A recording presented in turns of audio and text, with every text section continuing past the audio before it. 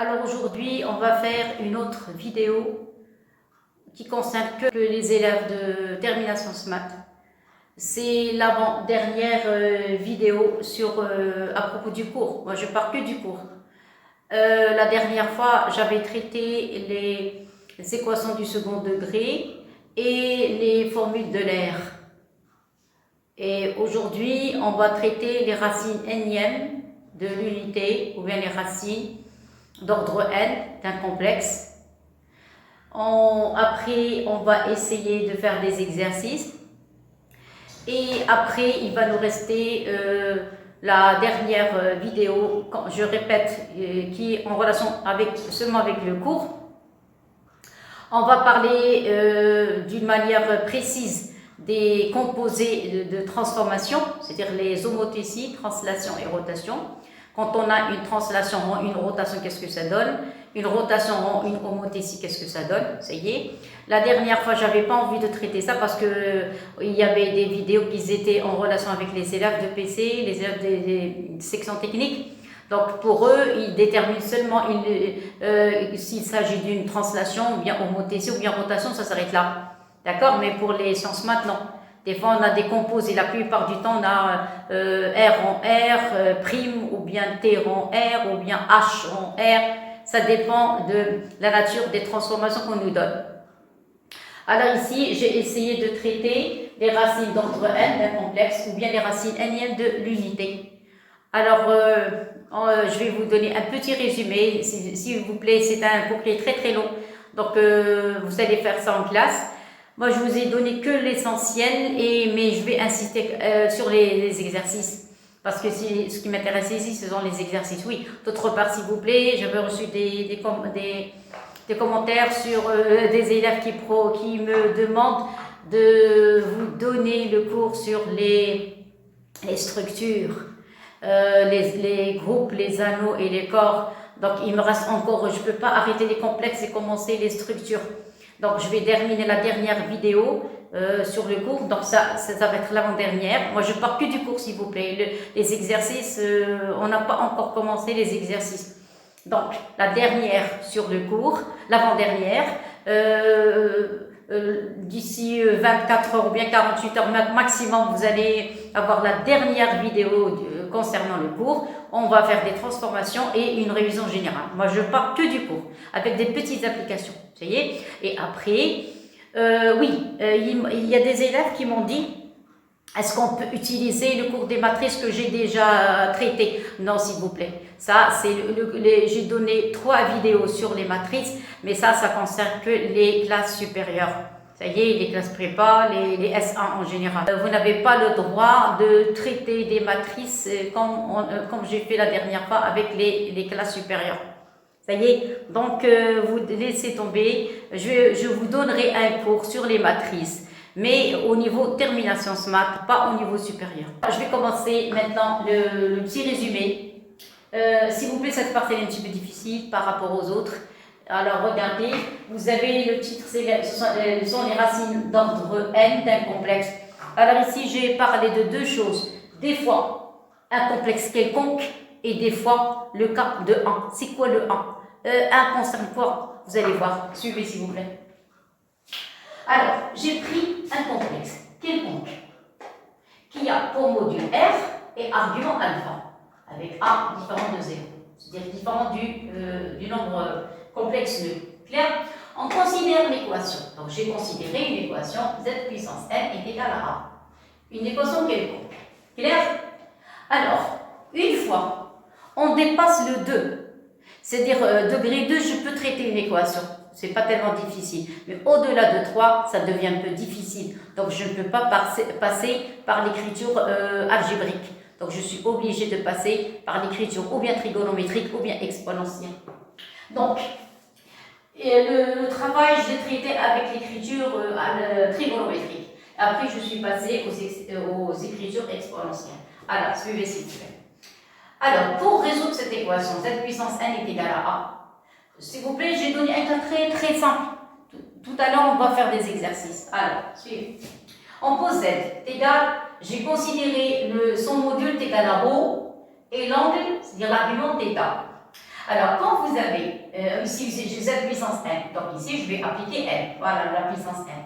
Je vais appliquer la relation de Moivre, formule de Moivre. Que dit la formule de Moivre?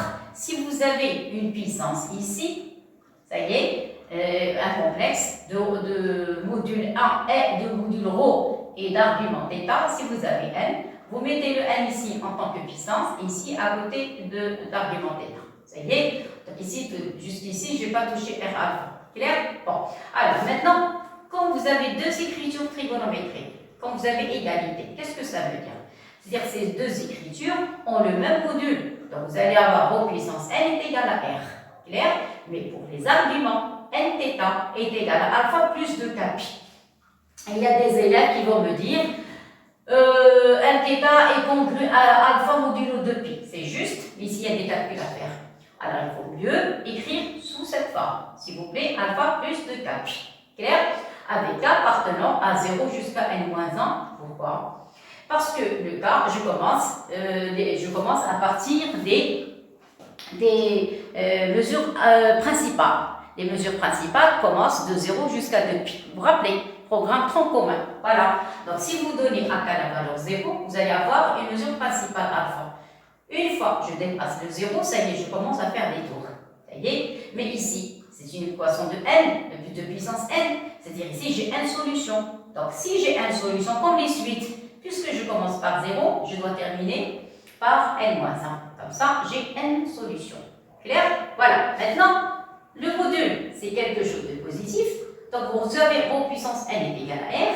Donc ρ est égal à racine n. Toujours, le module, c'est quelque chose de positif parce qu'il s'agit d'une distance. Clair? Bon, je continue.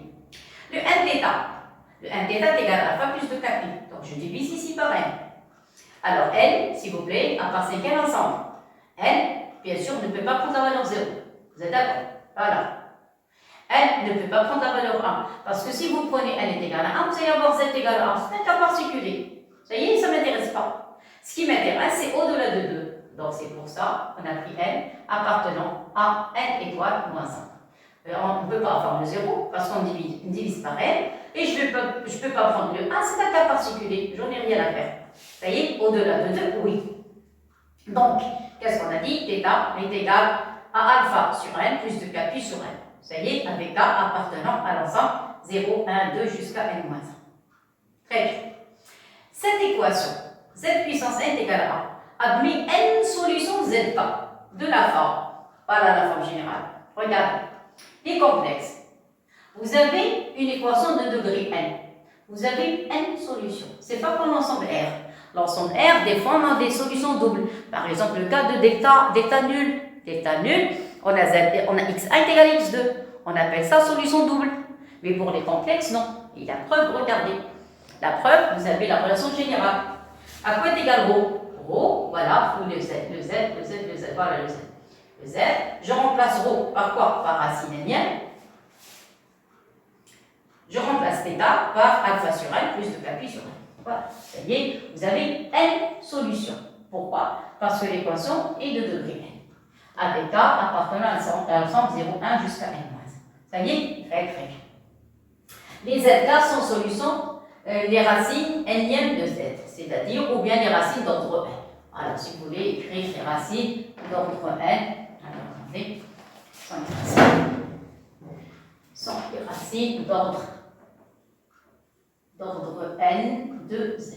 Et voilà, vous voyez, il y a n solutions. Bon, maintenant je prends le cas particulier. S'il vous plaît, une fois que je termine cette partie, je vais traiter quelques exercices, bien sûr des exercices d'application, et je vais trop insister sur cette partie, parce que ici j'ai pris en tant que cas particulier, et regardez, c'était pas tellement long. Regardez, j'ai parlé que de cette partie et j'ai arrêté. Après, je vais donner un peu de détails sur cette partie parce qu'elle est très très très importante. Ça y est, ça c'est le cas général. Quand je parle de ça, dire ρ quelconque, θ quelconque, mais ici non, ici j'ai pris 1 est égal à 1, c'est un cas particulier. C'est ce qu'on appelle les racines n de l'unité. Unité parce que z puissance n est égal à 1.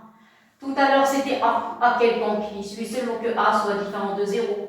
A avait un module, un argument, clair?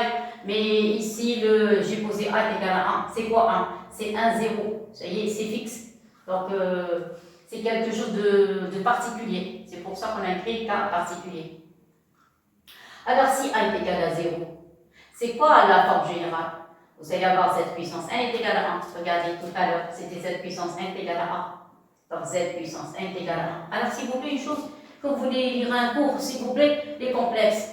On ne peut pas travailler les exercices sans connaître le cours par cœur. C'est comme ça qu'on doit lire, on doit lire le cours correctement. Il faut faire des analogies. Ici, vous avez z puissance n est égal à 1. Z puissance n est égal à 1. La seule chose qui a changé, c'est le a. Ça y est, bien sûr, si je change le a, le module va changer et l'argument va changer aussi. Donc ici, la forme générale, regardez ici, la forme générale, R c'est 1. Donc racine n de 1 c'est 1. Ici, le alpha, voilà, j'ai écrit R est égal à 1, alpha est égal à 0. Remplace ici, alpha est égal à 0, donc A disparu, il va rester que 2 capis sur 1. Donc c'est un cas particulier, ça c'est le cas général, ça c'est le cas particulier de A est égal à 1. Clair? Mais s'il vous plaît, pour les racines énièmes, en général, on n'écrit pas les écritures trigonométriques, on travaille avec les écritures exponentielles. Et on a vu dans la dernière fois, si vous avez exponentielle I θ, à quoi est égal exponentielle I θ? Alors, on a vu la dernière fois, si vous avez exponentielle I θ, il s'écrit sous forme de quoi? De 1 θ. Vous vous rappelez? Donc, dans les écritures exponentielles, voilà, les racines énièmes, on a besoin des exponentielles. Ça y est, donc ici, et voilà. Exponentielle I θ est égale à 1 θ. Ça va? C'est ce que j'ai ici. Donc vous avez exponentielle I de capi sur n, voilà l'angle que vous avez, l'angle θ, voilà, dans le cas général. Ça va? Et toujours avec A appartenant 0, 1, 2 jusqu'à n-1. Dans ce cas, tout à l'heure, les ZK s'appellent les racines d'ordre n de z. Le cas de A est égal à 1, on les s'appelle les racines énièmes de l'unité. Pourquoi unité? Unité c'est 1. Voilà, z puissance n est égal à 1. Quand on a 1, ça y est. Ces points MZK sont les sommets d'un polygone. C'est quoi un polygone? C'est une forme géométrique où il y a des côtés. Mais c'est un polynôme régulier. Je vous donne un cas. Si vous avez d'ordre 4, vous allez avoir un carré. Si vous avez d'ordre 3, vous allez avoir un triangle équilatéral.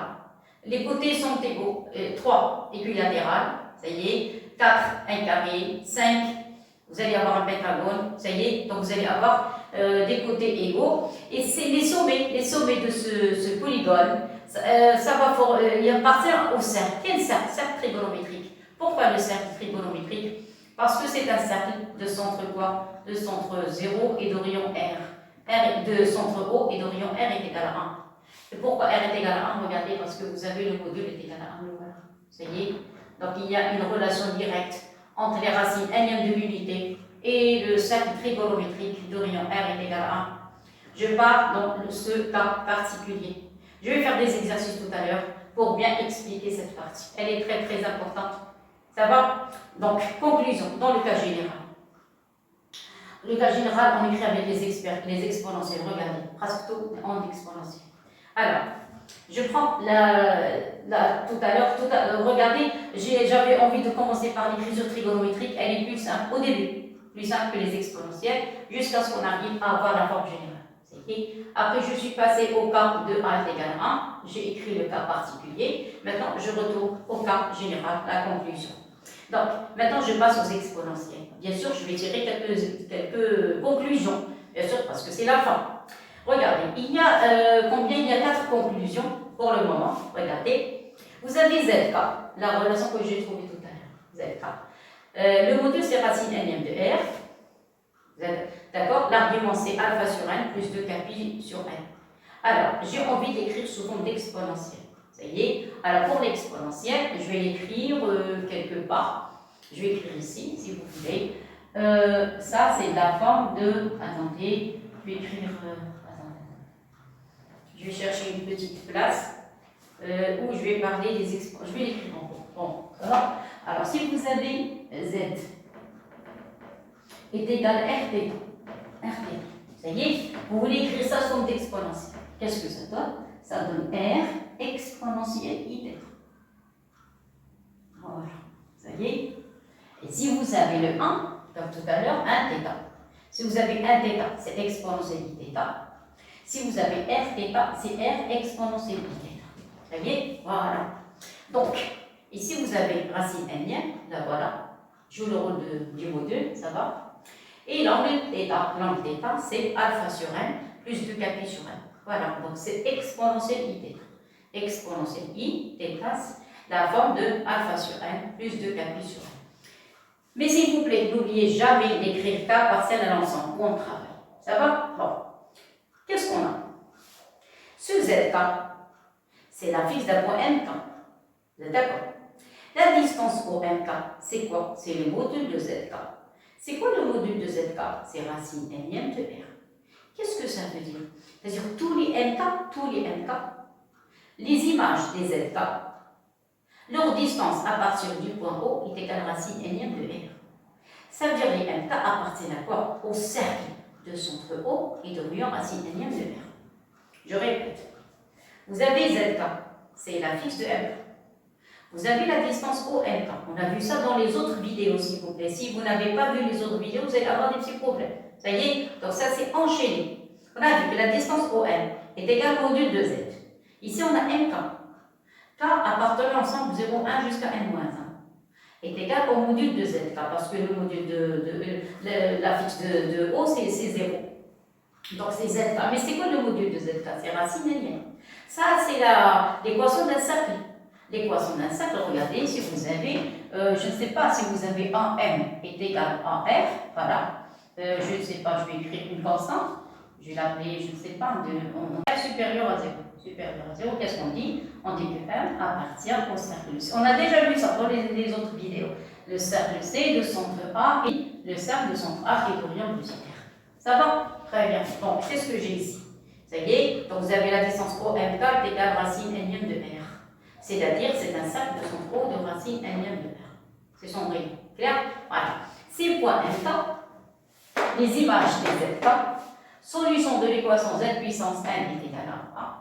Ça y est, les ZK sont solution de l'équation Z puissance n est égale à A. Appartiennent au cercle de centre O et d'orient grand R égale à racine n de R. Avec A appartenant à 0, 1, 2 jusqu'à n-1. Clair? Bon.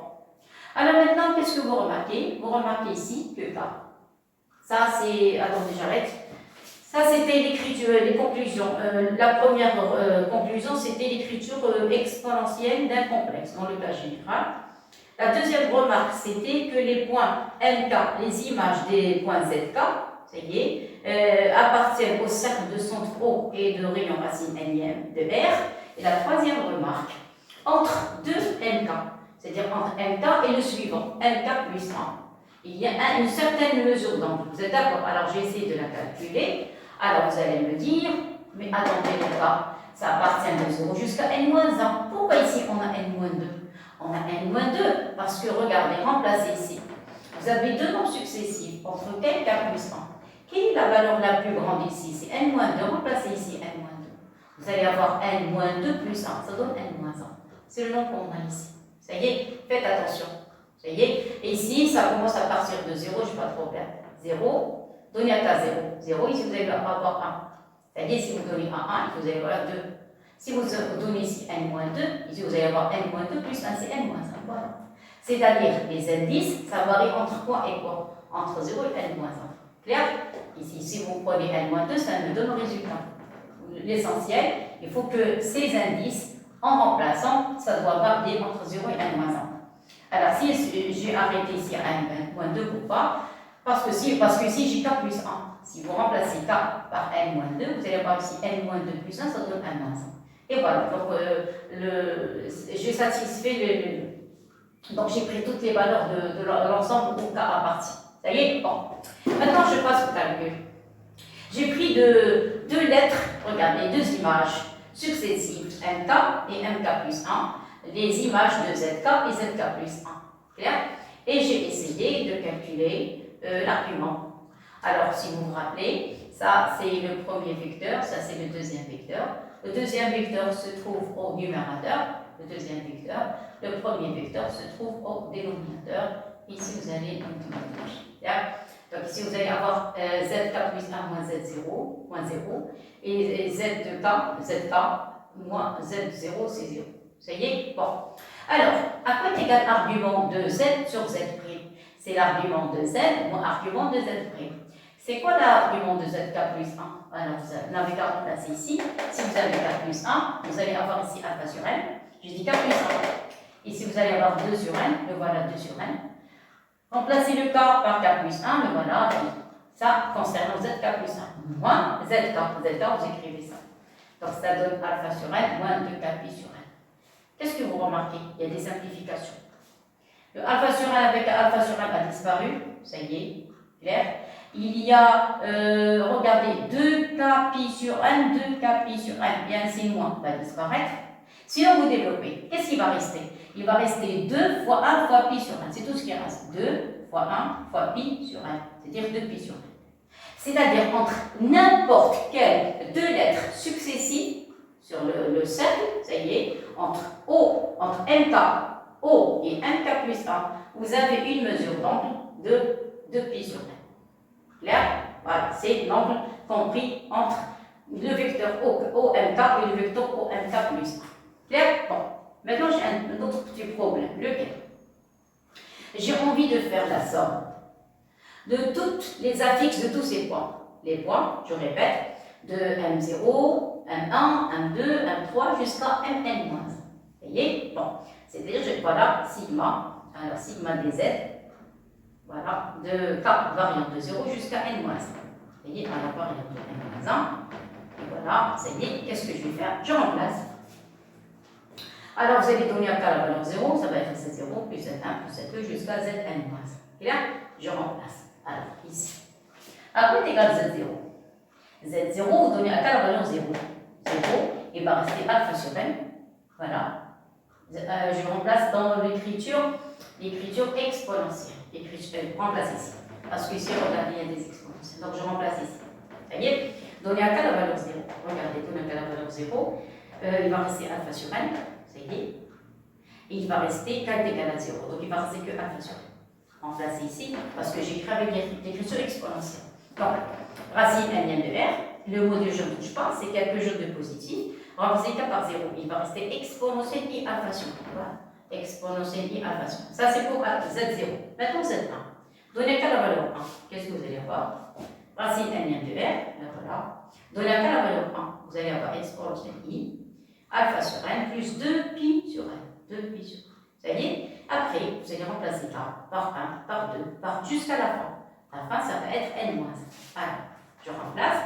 Vous allez avoir exponentielle i, alpha sur n, plus 2. Ici, vous allez avoir n-1 pi sur n.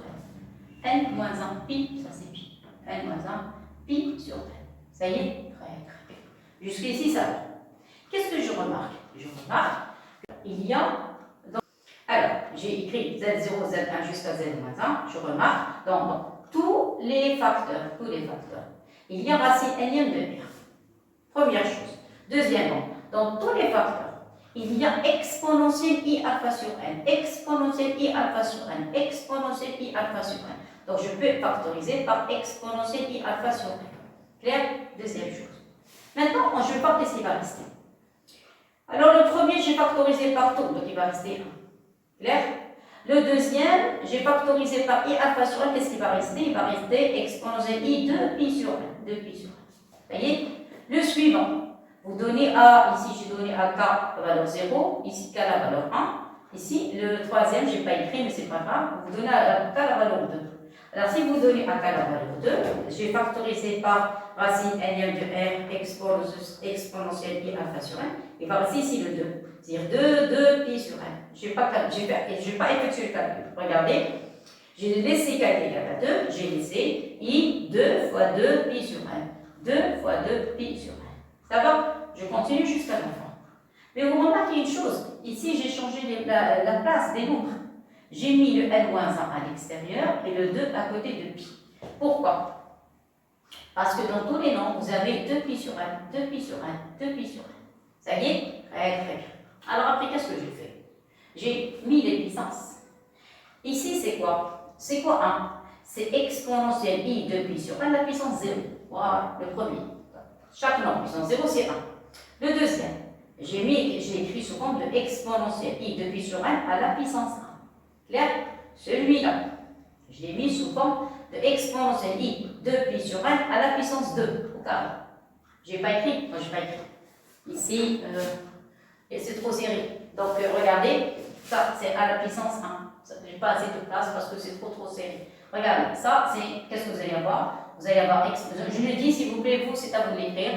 Exponentielle i 2pi sur n, tout ça à la puissance 1. Attendez, ici qu'est-ce qu'on a dit? Exponentielle i 2pi sur n à la puissance quoi? La puissance 0. Comme ça, vous avez 1. Celui-là. Exponentielle i 2pi sur n à la puissance 1. Ça y est. S'il vous plaît, vous allez me dire qu'est-ce que j'ai appliqué en tant que formule. Regardez, je vais montrer pour les gens qui ont des problèmes de calcul. Chaque terme. J'ai écrit exponentielle i, ça y est, je ne sais pas, je vais l'appeler une puissance. Donc, on a déjà dit alpha. J'appelle m, voilà, j'appelle m. Vous avez m, voilà, 2pi sur n.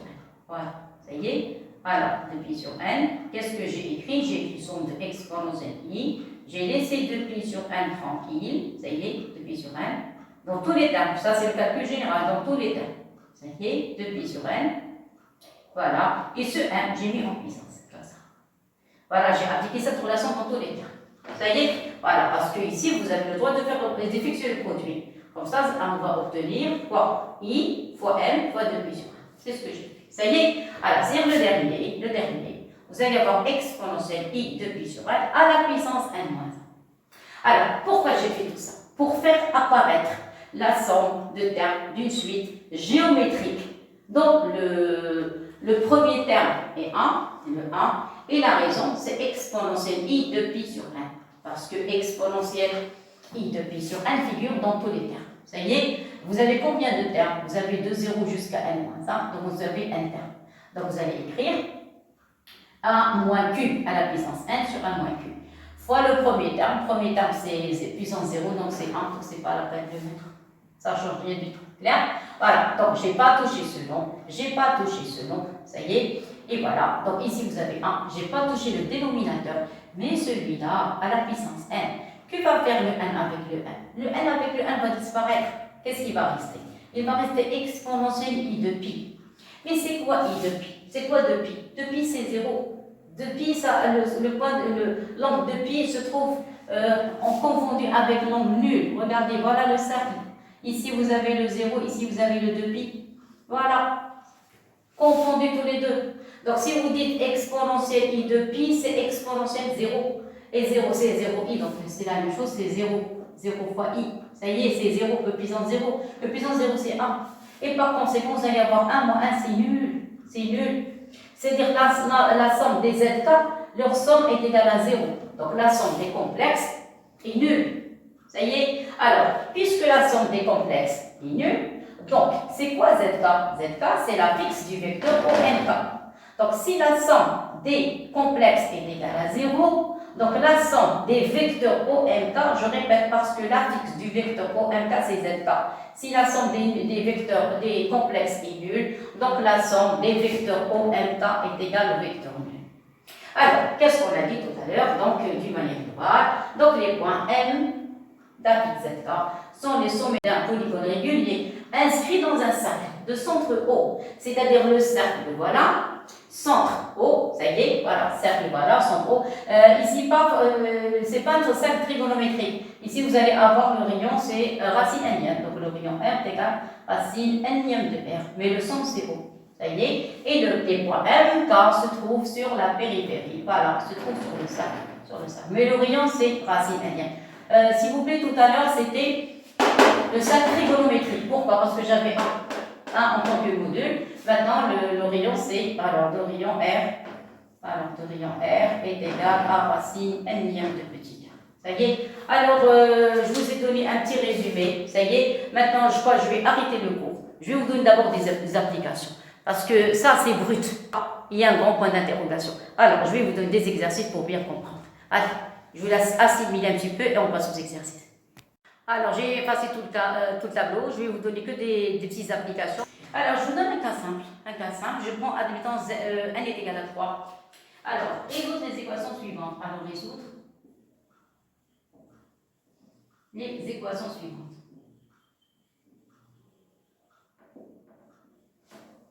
Alors, je crois qu'il vaut mieux arrêter le cours. parce que cette partie est un petit peu difficile. Vous voyez? Alors, je répète, cette partie concerne que les sciences maths. On ne trouve pas dans les autres sections, on trouve pas ça dans les autres sections, que les sciences maths, c'est tout. Alors regarde, je prends admettons, z au cube est égal à 1.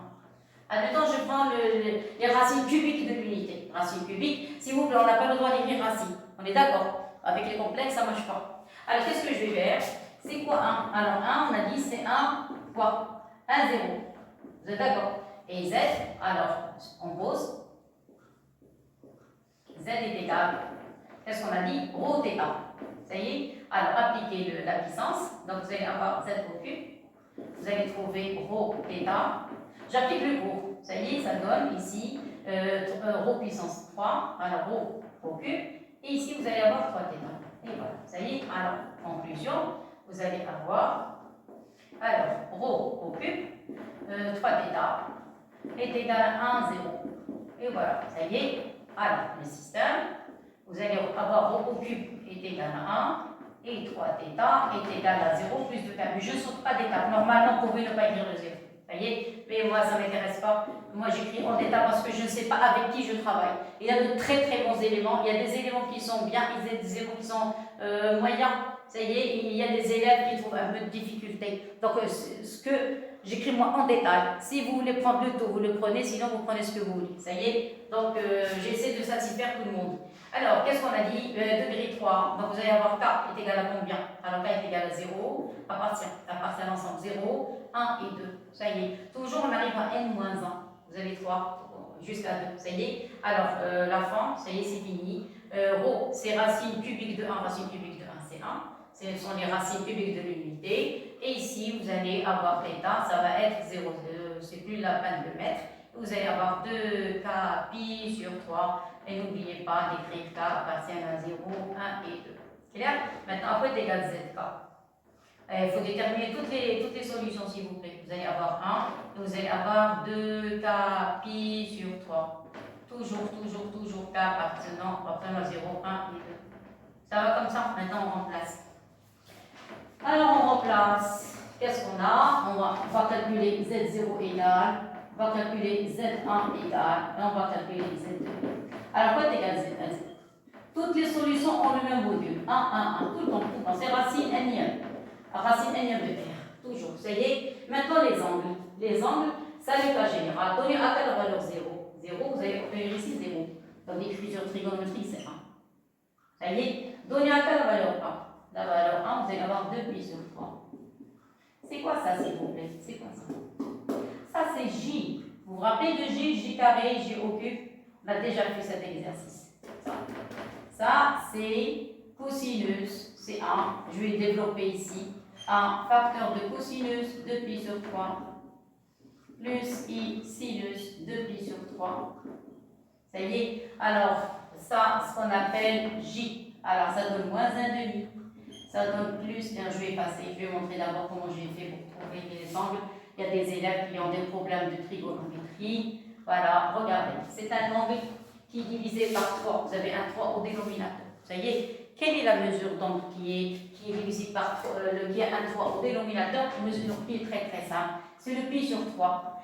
Le pi sur 3, c'est 60 degrés. Alors, pour avoir ce pi sur 3, ça, c'est l'origine du repère. Vous prenez la partie positive, parce que ici, vous allez avoir un 1. Vous prenez la moitié, 1 demi, et vous montez d'une manière parallèle, et vous allez obtenir exactement pi sur 3. Exactement.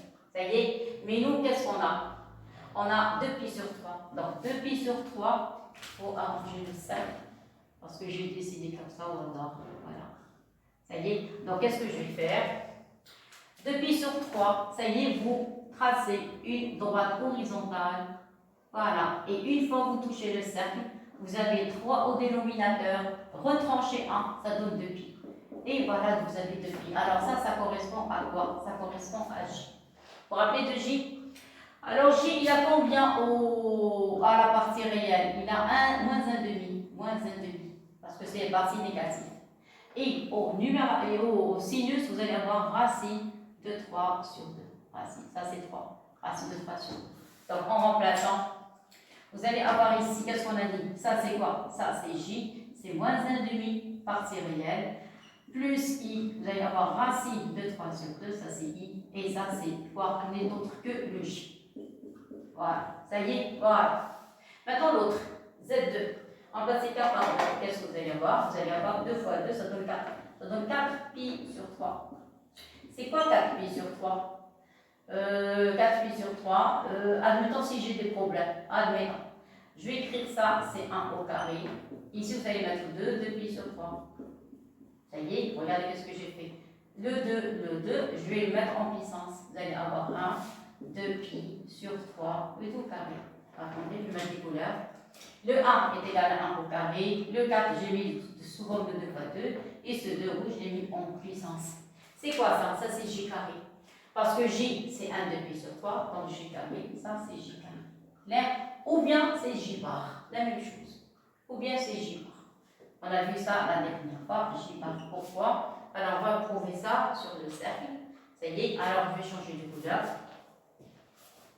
On va placer ça sur le cercle. Alors, regardez.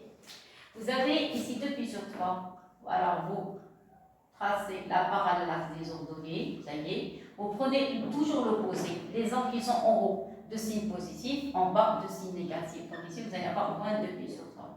Ça y est. Si vous voulez chercher la valeur positive, vous n'avez qu'à écrire 2 pi moins 2 pi sur 3. Et alors, réduisez au moins le dénominateur, ça donne 4 pi sur 3. Et voilà, donc ce point, c'est 4 pi sur 3.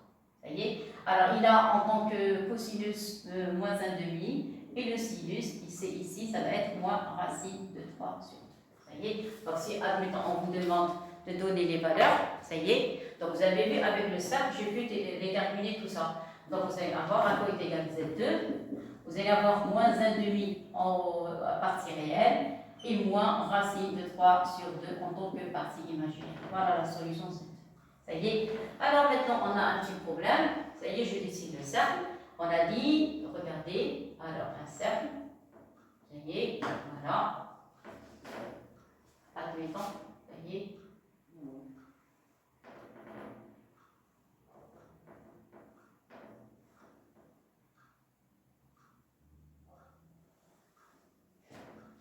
Voilà, presque. Parce que je n'ai pas de compas.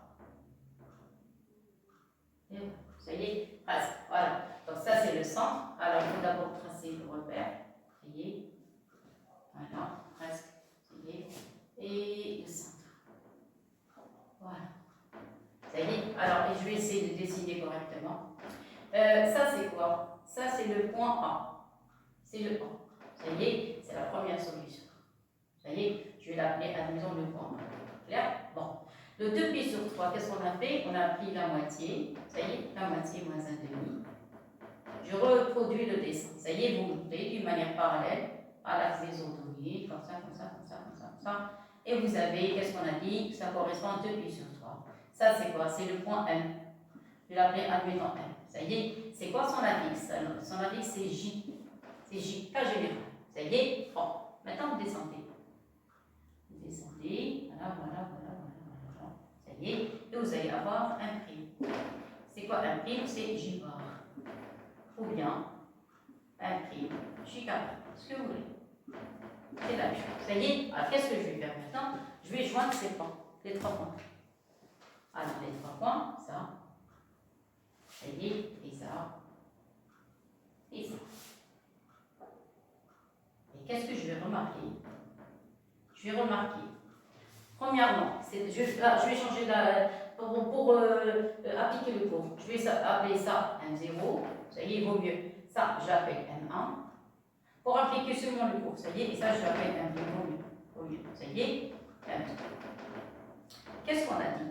Tout à l'heure, on a dit que les points MK appartiennent au cercle de centre O d'Orion R. Mais ici, j'ai l'équation est égale à 1. Donc le centre, ça va être l'origine de repère et d'Orion 1. Voilà, donc je travaille dans le cercle trigonométrique. L'Orion c'est 1. Ça y est, la première solution c'est 1. Deuxième solution c'est J. Et troisième solution c'est J bar. Ou bien c'est J bar. D'accord? Il faut l'écrire. Troisième solution, qu'est-ce qu'on a dit? Ou bien on l'appelle J bar, ou bien c'est J carré, c'est la même chose. C'est la même chose. Ça y est? Bon. Alors la question, qu'est-ce qu'il faut montrer? Qu'est-ce qu'on a dit? Il faut que les côtés soient quoi?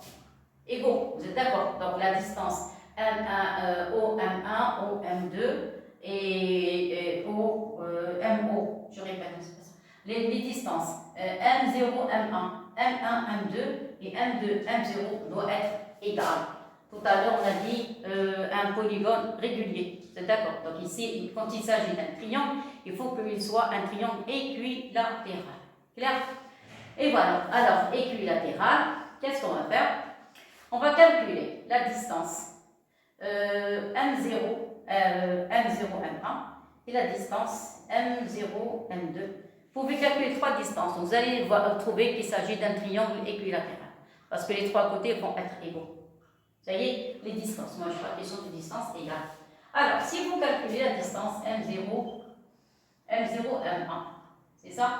Alors, la distance au M0, tout à l'heure, on a dit c'est à part c'est ça c'est 1, ça c'est 1, ça c'est 1. Ça y est, maintenant, qu'est-ce qu'il faut prouver? Il faut prouver que ces trois points, ça y est, forment un triangle équilatéral. Admettons, si on vous pose cette question, qu'est-ce que vous allez écrire? C'est Z1 moins Z0. C'est d'accord? Remplacer, c'est quoi Z1? Z1, vous allez avoir moins 1 demi, plus I racine de 3 sur 2, moins Z0. Z0, c'est 1. Et voilà, ça y est, calculé. Moins 1 demi plus 1, ça donne ici moins 3 demi, et plus I racine de 3 sur 2. Calculez le module, ce que vous allez obtenir 3 demi, ça donne 9 quarts, et ici, ça donne plus 3 quarts. Plus 3 quarts. C'est 9 plus 3, c'est 12. 12 sur 4, c'est 3. Donc, vous allez avoir ces racines de 3. Et voilà. Clair? Je fais la même chose pour M0, M1, M2. Alors, M1, M2. Même chose, vous allez avoir Z2 moins Z1, moins Z1. Ça y est, même chose, c'est quoi Z2? Z2, c'est moins 1 demi. Moins I racine de 3 sur 2, moins Z1. Moins Z1, ça va être moins Z1. Z1, c'est moins 1 demi, avec le moins, c'est plus 1 demi. Et le sinus, moins I racine de 3 sur 2. Remplace. Vous avez déjà les trois solutions devant vous. Alors, calculez, moins 1 demi plus 1, ça donne, ça y est, les parties réelles vont disparaître ici. Z2, Z1, partie imaginaire plus, donc les 1 demi vont disparaître. Il va rester, voilà, il va rester moins I racine de 3 sur 2, moins I racine de 3 sur 2, c'est moins I racine de 3. Le module de I, moins I, c'est 1, donc il va rester que racine de 3. Et voilà, regardez. Voilà deux distances égales. La dernière, qu'est-ce qu'il va rester? Il va rester M2, M0. M2, M0, c'est M0, c'est 1, moins M2. M2, ça va être plus 1 demi plus I racine de 3 sur 2. Parce que le M2, on a moins et moins. Avec le moins, ça devient plus. Donc, vous allez avoir ici 3 demi plus I racine de 3 sur 2. C'est le même calcul que celle du haut. Ça donne ici 9 quarts. Racine de 9 quarts plus 3 quarts. Ça donne racine de 3. Et voilà. Ça y est, donc c'est un triangle équilatéral. Vous allez avoir, j'ai pas envie d'entrer dans les détails, ça y est, j'ai seulement montré qu'il s'agit d'un dessin qui est régulier, tous les côtés sont égaux. Donc M1 est égal à M2, est égal à M2, M0, ça y est, donc vous allez avoir le triangle M0, M1 et M2 équilatéral. Alors, triangle équilatéral. Triangle équilatéral. Et voilà, ça y est. Alors, la dernière équation, alors regardez, on demande de résoudre l'équation z puissance 1 puissance 5 moins z moins 1 puissance 5 est égal à 0. Ça y est. Alors, qu'est-ce que je vais faire? Vous avez puissance 5, je vais essayer de rendre le tout puissance 5. Alors, pour cela, qu'est-ce que je vais faire? Je vais diviser par z moins 1. Mais attendez, il faut que 1 ne doit pas être solution. Alors, si vous posez z0 est égal à 1, remplacez. Ici, vous allez avoir 1 plus 1 à la puissance 5. Moins 1 moins 1 à la puissance 5, ça c'est 0, et ça c'est différence 0. Qu'est-ce que ça veut dire? Ça veut dire que z0 est égal à 1 n'est pas solution. Alors, n'est pas solution de l'équation. N'est pas solution de l'équation. Alors, puisque ce n'est pas solution de l'équation, donc je peux diviser par z moins 1. J'ai pas de problème. Donc, je divise par z moins 1 puissance 5. Qu'est-ce que je vais avoir? Donc, je vais avoir z, alors on a, z plus 1 à la puissance 5, je divise par z moins 1 à la puissance 5. Alors, qu'est-ce qui va rester? Il va rester moins 1 égale à 0. C'est d'accord. Je rends le tout à la puissance 5. Donc vous allez avoir z plus 1 sur z moins 1 à la puissance 5 est égal à 1. Et voilà, ça y est. Donc j'ai posé tout ça, c'est grand Z. Alors je pose grand Z à la puissance 5 est égal à 1. Ça y est, avec c'est quoi grand Z? Z, ça va être Z plus 1 sur Z moins 1. Clair? J'ai fait un changement de variable. Alors je vais essayer de résoudre l'équation avec grand Z puissance 5 est égal à 1. Alors je pose, on pose. Grand Z est égal à rho θ, comme d'habitude, ça y est, donc vous allez avoir, implique, alors Z puissance 5 est égal à rho θ à la puissance 5, qui est égal à rho puissance 5, 5 θ. Voilà, donc on a Z puissance 5 est égal à 1, ceci implique que vous allez avoir rho puissance 5, 5 θ, est égal à 1. C'est quoi 1? C'est 1, 0. Ça y est. Donc, les racines n d'unité. Ça y est. Donc, vous pouvez passer directement. La prochaine fois, je vais appliquer les exponentielles. Mais maintenant, j'ai essayé d'appliquer les écritures trigonométriques. Donc, vous allez avoir rho puissance 5 est égal à 1. Et 5 θ est égal à combien? À 0, c'est-à-dire 2 capi. 2 capi, tel que k appartenant à l'ensemble 0, 1, 2, 3 et 4. Vous avez 5 solutions. Ça y est, donc vous allez avoir l'écriture finale. Rho, ça va être 1. Rho puissance 5 égale 1. Et le θ, ça va être 2 k pi sur 5. Et racine énième de l'unité. Ça y est, énième, c'est-à-dire ici racine cinquième. Avec k appartenant, qu'est-ce qu'on a dit à l'ensemble? 0, 1, 2, 3 et 4. Ça va? Alors, dans ce cas, maintenant je remplace. C'est quoi grand Z? Alors, Z0, ZK, cas général. Alors, ZK. Ça va être quoi? Ça va être 1. 1 et non, vous allez avoir 2 arguments, 2 k pi sur 5. Et voilà, écriture générale. Ça y est, donc je vais calculer les 5 solutions. Ça va? Alors, les 5 solutions, vous allez avoir, qu'est-ce qu'on a dit? Alors, ZK plus 1. ZK plus 1 sur ZK moins 1. La première écriture, vous allez avoir 4 égale à 0. Donc vous allez avoir 1, 0. Ça y est, ça c'est k égale à 0. 0, 0. Ça y est, ça c'est la première solution. Deuxième solution, Z1 plus 1 sur Z1 moins 1. Vous allez avoir, vous allez donner la valeur 1. Vous allez avoir ici 1. Ici, vous allez avoir 2 pi. 2 pi sur 5. Je vais travailler, s'il vous plaît, avec les exponentielles. Ça y est. Donc, je ne peux pas continuer comme ça.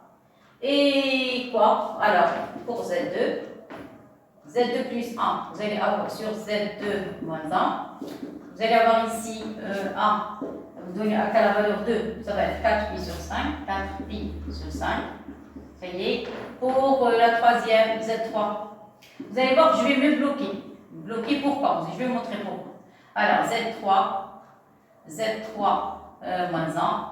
Ça va être 1, 3, de la 3, ça va être 6. 6 pi sur 5. Voilà, ça y est. Et la dernière, 6 pi sur 5. Et la dernière, Z4 moins 1 sur Z4 plus 1 sur Z4 moins 1 est égal à 1. Vous donnez un 4. 4, ça donne 8. Alors j'ai donné à la valeur 0. La valeur 1, ça donne 2 pi sur 5. La valeur 2, ça donne 4 pi sur 5. La valeur 3, ça donne 6 pi sur 5. Et la valeur 4, ça donne 8 pi sur 5. Alors, 8 pi sur 5. Et voilà. Vu la dernière fois, je vous ai dit qu'on a des écritures trigonométriques comme ça. On ne peut pas faire la somme, on ne peut pas faire ni somme ni différence. On peut appliquer les puissances, le produit, la division, le rapport, pas de problème, mais pas une somme ou bien une différence. Pourquoi? Parce que ici, regardez, les variables se trouvent au numérateur et au dénominateur. Il faut résoudre une équation. Alors, donc, je suis obligée de passer par des exponentielles. Alors, je vais commencer par la première, c'est quoi ça? Ça, c'est exponentielle 0, c'est 1. Donc ici, il n'y a rien à dire. Donc vous allez écrire Z0 plus 1 sur Z0 moins 1 est égal à 1. Donc moins 1 est égal à 0. Réduisez au même dénominateur. Vous allez avoir Z0 plus 1. Vous pouvez enlever le dénominateur une fois pour toutes. Et il va rester moins Z0 et plus 1 est égal à 0. Ici, c'est ça. Z0 plus 1 sur Z0 moins 1 est égal à 1. Mettez le 1 de l'autre côté. Les Z0 vont disparaître. Il va rester 2 est égal à 0. Donc ici, c'est imposé. Donc, ce n'est pas une solution. Ça y est, on passe au deuxième. Alors ça, il faut écrire somme d'exponentielle. C'est I de pi sur 5. Vous êtes obligé d'écrire avec les exponentielles. Vous allez voir pourquoi. Parce que vous allez écrire Z1 moins 1 sur Z1 plus 1 sur Z1 moins 1 moins exponentielle I de pi sur 5. Vous avez vu, je peux effectuer des calculs, est égal à 0. Réduisez au même dénominateur. Qu'est-ce que vous allez avoir? Vous allez avoir, je factorise en même temps. Donc vous allez avoir Z1, facteur ici, vous allez avoir un 1, ici vous allez avoir moins exponentielle. Moins exponentielle I de pi sur 5, vous avez vu, j'ai pu factoriser. Avec ça, je ne peux pas faire un tel calcul. Ça y est, qu'est-ce qui va rester ici? Alors j'ai dit ici c'est moins, voilà, égal à 0. Donc ici, vous allez avoir le 1, vous allez le mettre de l'autre côté, ça va être un moins 1. Ici, vous allez avoir 1 avec exponentielle, c'est plus exponentielle, mettez de l'autre côté, ça donne moins exponentielle I de pi sur 5. Et voilà, vous avez vu? Donc, je répète, ici, vous allez avoir Z1. Le dénominateur avec les équations va disparaître parce que c'est le second numérateur qui s'annule. J'ai réduit au même dénominateur et j'ai laissé tomber le dénominateur. Ça y est? Donc, qu'est-ce qu'on a dit? Z1, donc vous allez factoriser, vous allez avoir ici 1 moins exponentielle I de pi sur 5. Ça y est, ici vous allez avoir un 1, vous allez mettre de l'autre côté, ça va être un moins 1. Ici, plus exponentielle, de l'autre côté, c'est moins exponentielle. Voilà, donc vous allez avoir Z1, ça va être, vous pouvez multiplier tout par moins si vous voulez. Vous allez avoir 1 plus exponentielle I de pi sur 5. Voilà, sur, ici multiplié par moins ici, moins ici. Vous allez avoir, il vaut mieux changer les places. Donc, vous allez voir pourquoi. I de pi sur 5, je multiplie tout par moins. Plus 1, ici par moins, ici par moins. Comme ça, on va changer les places des exponentielles. Et ça va être I de pi sur 5 et moins 1. Et voilà, pour Z1. Vous avez vu, je ne peux pas faire un tel calcul avec les crochets, avec l'écriture trigonométrique. Alors ça, concernant Z1. Ça y est, on va faire le même travail pour les autres. Ça y est, donc j'ai passé deux places. Donc, j'ai traité ça pour le Z1. Ça y est, donc je vais effacer ces deux, je vais faire pour le Z2 et c'est le même travail pour Z3 et le Z4. Ça y est, voilà, donc vous avez vu, pour l'écriture trigonométrique, je ne peux pas faire un tel calcul, donc je suis obligée de passer par des exponentielles. Donc j'aurais pu passer directement par les exponentielles depuis le début, mais puisque ce n'est que le début du cours, c'est pour ça que je n'ai pas fait. Mais maintenant, dorénavant, que des exponentielles. Ça y est, je vais faire le même travail. Alors je vais effacer cette partie, j'ai passé deux places. Alors qu'est-ce qu'on a dit? C'est exponentielle I4 pi sur 5. Ça y est, faites le même travail. Vous allez mettre l'exponentielle de l'autre côté. Vous allez avoir Z2 moins 1 sur Z2 plus 1, Z2 moins 1, moins exponentielle I4 pi sur 5 est égal à 0. Ça y est, réduisez au même dénominateur et faites disparaître le dénominateur. Alors, implique, vous allez avoir Z2. Facteur, ici vous allez avoir un 1, ici vous allez avoir moins exponentielle I4 pi sur 5, ça y est, voilà, ça c'est concernant la factorisation égale. Vous allez mettre le 1 de l'autre côté, ça va donner moins 1 et moins exponentielle I4 pi sur 5. Vous avez vu, c'est le même travail, la même chose. Donc vous allez avoir Z2, multiplié tout par moins, vous allez avoir exponentielle I4 pi sur 5, ça y est, moins 1 sur exponentielle I4 pi sur 5 et moins 1. Enfin, c'est ça? Ici c'est plus. Non, moins, donc moins c'est plus. Ici plus, ici moins. Ça y est, donc voilà pour le Z2. Ça y est, ça va être la même chose pour Z3 et pour Z4. Savoir, c'est pas tellement difficile. Et voilà. Ça y est, donc Z3 plus 1 sur Z3 moins 1 est égal à 1. Qu'est-ce qu'on a dit? 6, ça donne 6. 6 pi sur 5, c'est ça. Donc vous allez faire le même travail. Vous allez trouver Z3 est égal à exponentielle I 6 pi sur 5 sur exponentielle I 6 pi sur 5 moins 1. Ça y est, ça pour le Z3. Et pour le dernier, Z4. Alors la dernière, Z4 plus 1 sur Z4 moins 1. Ça va donner 1. Qu'est-ce qu'on a dit? 4. Vous allez avoir 8 pi sur 5. Voilà, ça y est. Donc, oui, j'ai oublié. Il faut le mettre sous compte exponentiel. I 6 pi sur 5 obligatoirement. Sinon, vous ne pouvez pas trouver les solutions. On ne peut pas effectuer de tels calculs avec les écritures trigonométriques. Ça y est, il faut rendre ça sur une exponentielle. Donc, dorénavant, on va commencer à travailler avec les exponentielles. Vous pouvez les manipuler, plus, moins, puissance, diviser, ce que vous voulez. Avec les exponentielles, c'est efficace. On peut faire toutes sortes de calculs. Alors, qu'est-ce qu'on a dit? Donc, la même chose, vous allez avoir Z4. Et voilà, donc Z4 est égal à exponentielle I 8pi sur 5 plus le 1 sur la même chose sur exponentielle I 8pi. J'ai donné trop de détails, mais c'est pas grave. Comme ça, tout le monde peut comprendre. Ça y est, et moins 1, voilà la dernière solution. Vous voyez? Mais petit à petit, on va commencer à sauter les étapes. Parce que maintenant, ce n'est plus le début du cours. Ça y est? Et voilà. Alors, s'il vous plaît, la prochaine vidéo, j'ai terminé maintenant. La prochaine, je vais parler des racines n d'unité. Encore, il y a des cas que je n'ai pas encore traités. Et il me reste les composés des transformations, c'est-à-dire les rotations, les homothéties et les translations, et les points qui manquent. Et après, on va lancer les bacs et les sujets complexes avec des paramètres. Mais toujours il y a des équations du second degré, des paramètres, vous allez voir, il y a plein de choses à apprendre. Et on peut apprendre ça qu'en faisant des exercices. D'accord? Alors, oui, et les structures, pour les élèves qui ont demandé les structures, ça va être après le chapitre des complexes. Il n'en passe pas beaucoup. Le cours est une seule vidéo et après, il va y avoir que des exercices. Et après, je vais essayer de vous donner des vidéos sur les calculs d'intégrale où il faut terminer le cours. On n'a pas encore terminé le cours, il reste les structures, les calculs d'intégrale et l'arithmétique. Ça y est. Voilà, merci beaucoup et à la prochaine.